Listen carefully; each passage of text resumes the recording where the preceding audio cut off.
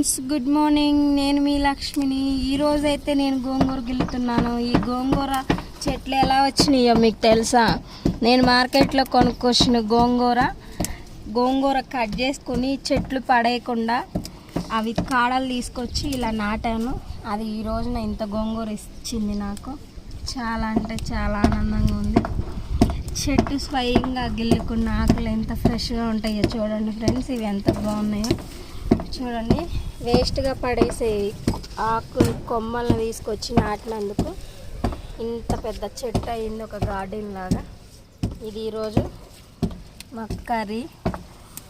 ఏం చేయాలనేది ఇంకా ఆలోచించలేదు. సండే కదా, చికెన్ గోంగూర వండుకుందామా, మటను గోంగూర వండుకుందామని ఆలోచిస్తున్నాను. లేదా గోంగూర పచ్చిపప్పు వండుదామా అని చూస్తున్నాను. ఇదైతే చాలా ఫ్రెష్గా ఉంది. ఆకులు వరకే గిల్లుతున్నాను ఫ్రెండ్స్. మళ్ళా